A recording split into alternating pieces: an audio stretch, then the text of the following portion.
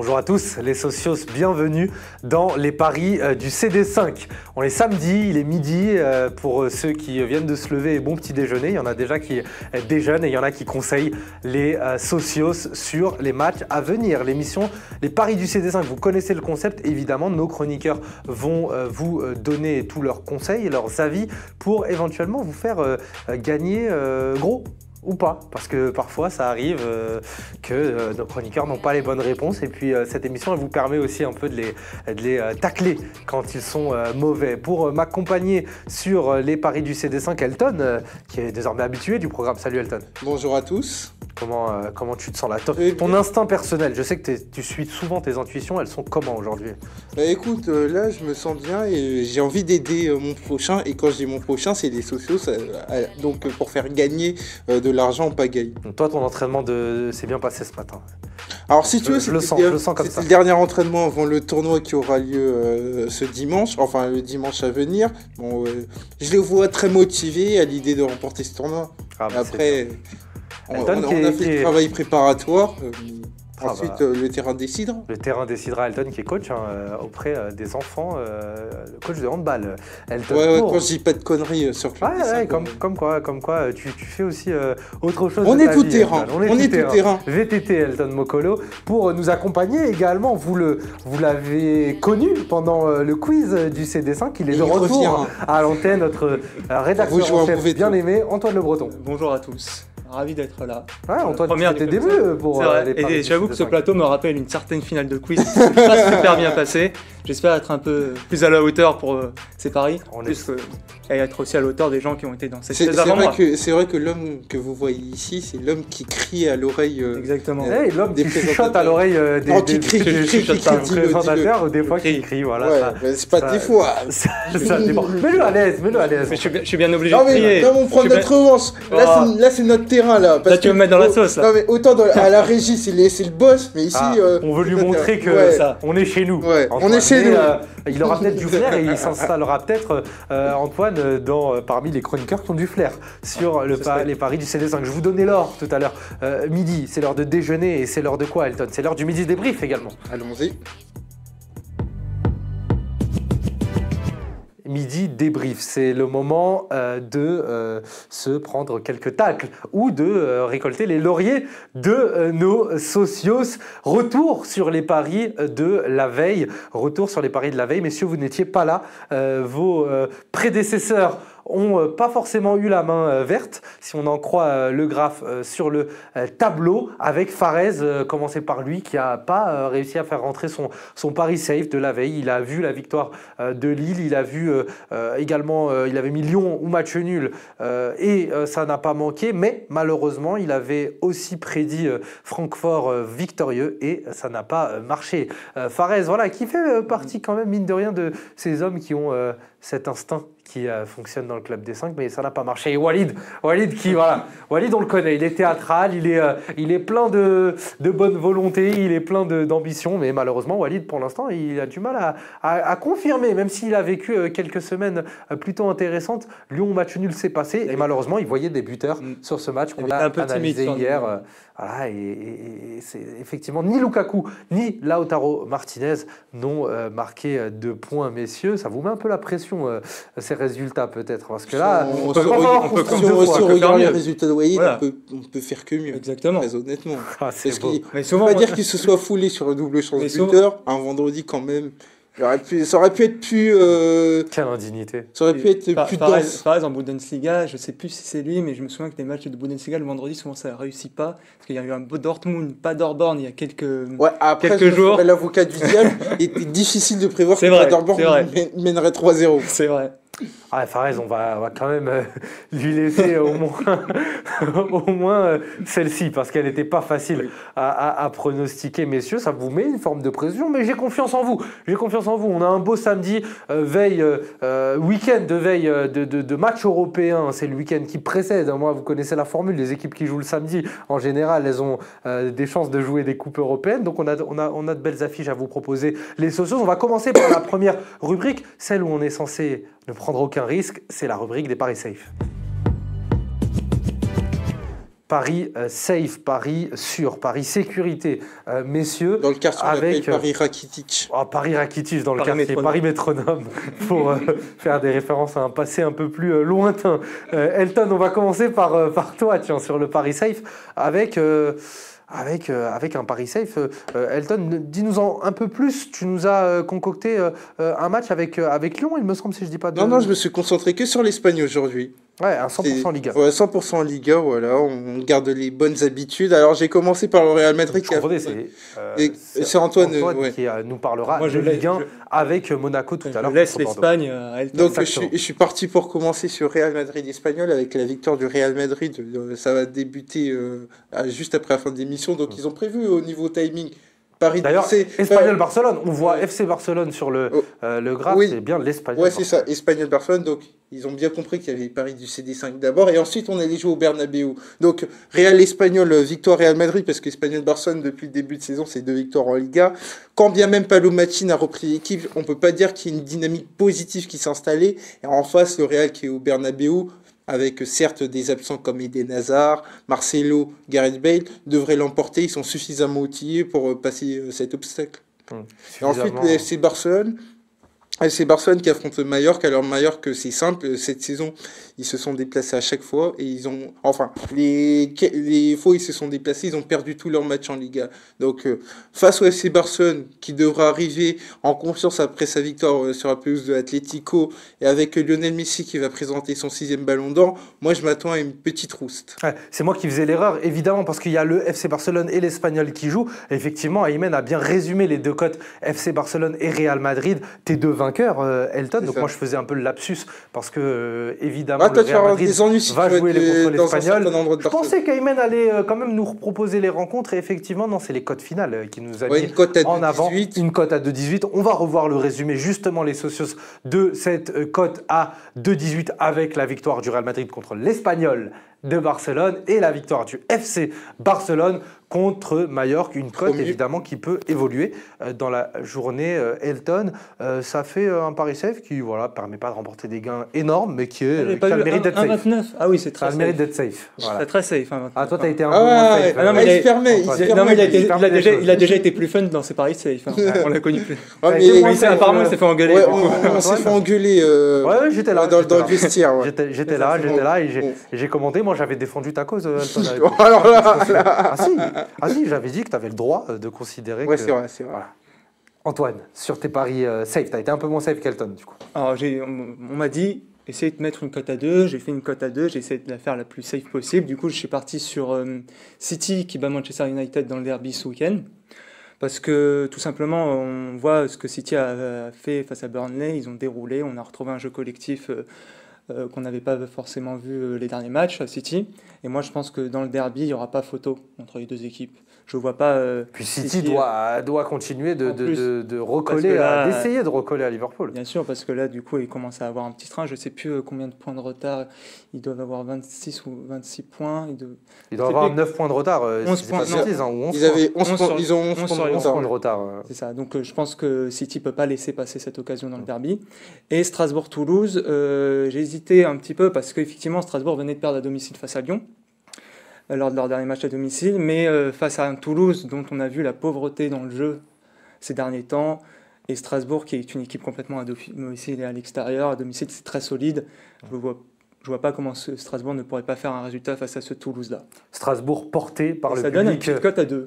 Petite cote à 2,18 même, Antoine, 2,18 un peu plus que ça, avec évidemment Strasbourg porté par la Méno et City qui doit tenter de réduire l'écart et de ne plus être qu'à 9 points de Liverpool si jamais les Reds font un faux pas. En tout cas, on voit les cotes à l'écran et la cote finale à 2,18. Donc c'est safe, mais c'est un safe assumé de la part d'Antoine et c'est très bien.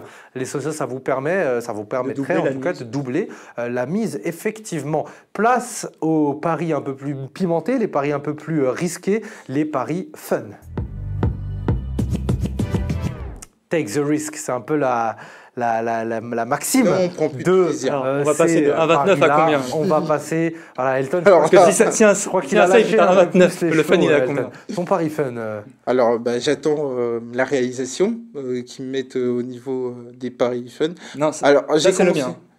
Ça, c'est le tien. Ça, c'est le pari fun d'Antoine. J'aimerais qu'on ait le pari fun d'Elton. Évidemment, ton pari fun. On va commencer par voilà pourquoi il l'attendait avec autant de...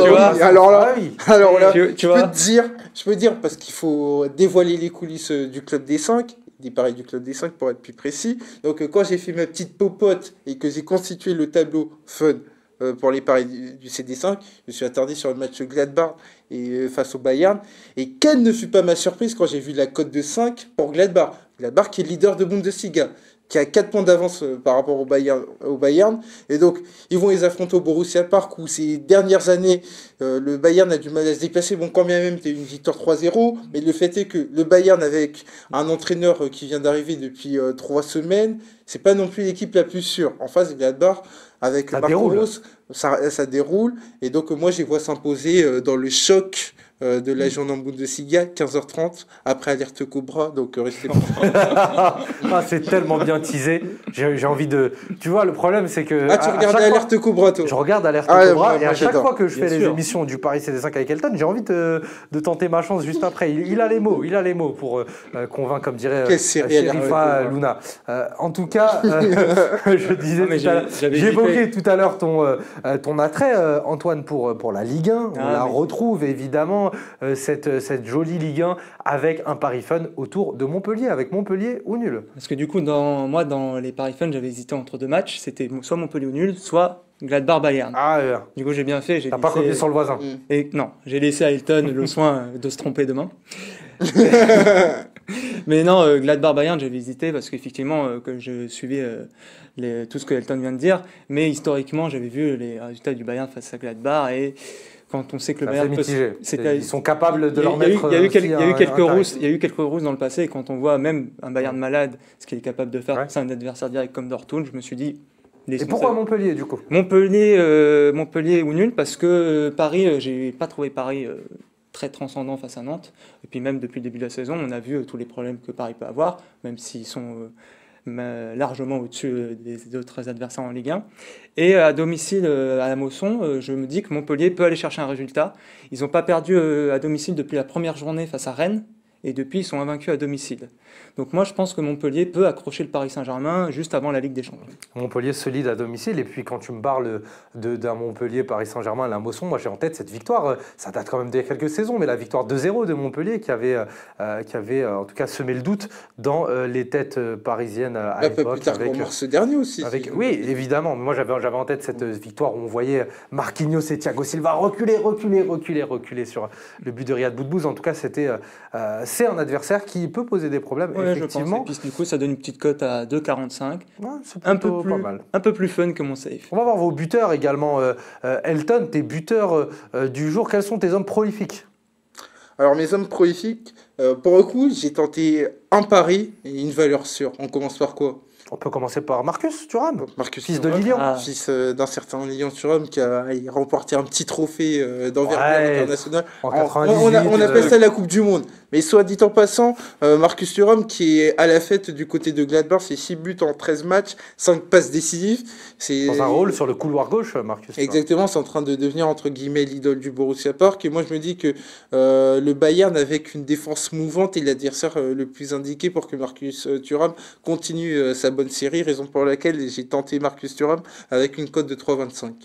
Cohérence avec évidemment ton pari fun. Et sur le deuxième? Et on peut passer au deuxième avec évidemment. On prêche plus qu'un converti, on prêche après la réponse de Mané, celle de Messi. On prêche un orthodoxe. Non, mais on aurait pu faire le Elton débrief dimanche dernier. Qu'est-ce que j'avais dit? Lionel Messi, ça n'a pas manqué. Il a marqué. Enfin non, c'était pour une autre émission, mais j'avais parlé Lionel Messi, qui avait marqué face à l'Atlético. Là, il va présenter son 6e ballon d'or, donc il devrait être gonflé en termes d'estime de soi et de motivation, et il devrait ponctuer ça par un but au moins. Au moins par un but. Tu remarqueras que j'ai pas mis doublé. Ouais, t'as pas mis doublé, mais tu restes en tout cas cohérent avec certaines de tes convictions, et c'est bien, Elton, la cohérence. Antoine, tu nous as concocté concocté évidemment toi aussi 2 buteurs. À toi de me dire et la régie s'adaptera. Alors on commence en Italie. Ciro Immobile. Alors pourquoi Ciro Immobile? Parce que je crois tout simplement que il a marqué lors des 9 dernières journées. Meilleur buteur de la Serie A. Exactement, 9 dernières journées de Serie A. Il a marqué dont 3 ou 4 doublés. Il est en train de marcher sur l'eau cette saison. Il vit une demi-aile avec le but. Exactement, c'est ce que tu disais par rapport à Robert Lewandowski. Ciro Immobile en Italie, on ne sait pas comment il ne peut pas marquer. Face à une Juve qui encaisse 17 buts déjà. 17 buts. 17 buts. Face à une Juventus qui marque, qui encaisse des buts cette saison. Et sauf dernièrement face à un AC Milan un AC Milan dont on connaît les difficultés. Et Ciro Immobile, moi, je sens qu'il va marquer. Et c'est aussi par rapport, je vais le dire, j'ai des prix sur mon petit gazon. Je suis premier de ma ligue grâce à cet homme. De quoi créer un feeling. Face à la Juve, il ne va pas me décevoir, il ne va pas vous décevoir, les socios. Tu t'adresses à eux, c'est beau. Il prend confiance en Antoine, je vais dire. Au fur et à mesure, sur les paris du CD5. On commence timidement. Et au fur et à mesure, on sera là. Deuxième buteur, c'est Wissam Ben Yedder face à Amiens. Parce qu'il n'y a pas 36 personnes qui marquent à Monaco. Et puis Slimani est en l'occurrence suspendu. Toujours, oui, je crois. Oui, 2 matchs. Oui, parce que vu que Paris a sauté, j'avais un doute. Mais... Seulement un des 2. Exactement, et donc c'est lui qui tire les pénaltys s'il y a pénalty. C'est... De toute manière, dans l'attaque monégasque, s'il n'y a pas Slimani, à part Wissam Ben Yedder, il n'y a pas 36 personnes, comme j'ai dit, qui peuvent marquer. Et je pense que Monaco peut enchaîner face à Amiens, qui connaît quelques difficultés en ce moment. Donc Monaco, si ça avait été à Amiens, je pense que j'aurais pas touché, parce que Monaco, souvent à Amiens, c'est un bourbier. Mais à domicile, Monaco face à Amiens, ça va être compliqué, mais je vois bien Ben Yedder marquer. Ouais, Ben Yedder, buteur. On va peut-être voir un récapitulatif. Évidemment, il a marqué sur penalty lors du dernier match récapitulatif du Paris Fun. On va commencer par Elton. Éventuellement, Aymen, si on peut avoir le récapitulatif du Paris Fun Gladbach pour Elton. Et vous l'aurez compris, Marcus Thuram et Lionel Messi en buteur. Vous les voyez juste en dessous, les socios. Également, le Paris Fun d'Antoine Le Breton avec cette victoire ou ce match nul contre Montpellier en prévision. Ciro Immobile du côté de la Lazio contre la Juve et Wissam Ben Yedder, vous l'avez compris, avec l'AS Monaco. Ça fait pas mal de belles cotes pour vous, mes amis socios. Elton, tu voulais ajouter un mot? Je te sentais... Bah écoutez, on a balancé la pièce en l'air, on va voir sur quelle face elle va retomber. Mais toujours est-il que moi je suis serein pour cet après-midi à partir de 13h. C'est pile ou face? Ça retombe sur quoi? Allez, pile. Allez, pile. Elton a dit pile. Pile, ça sonne mieux au niveau de mes oreilles. Faites vos jeux.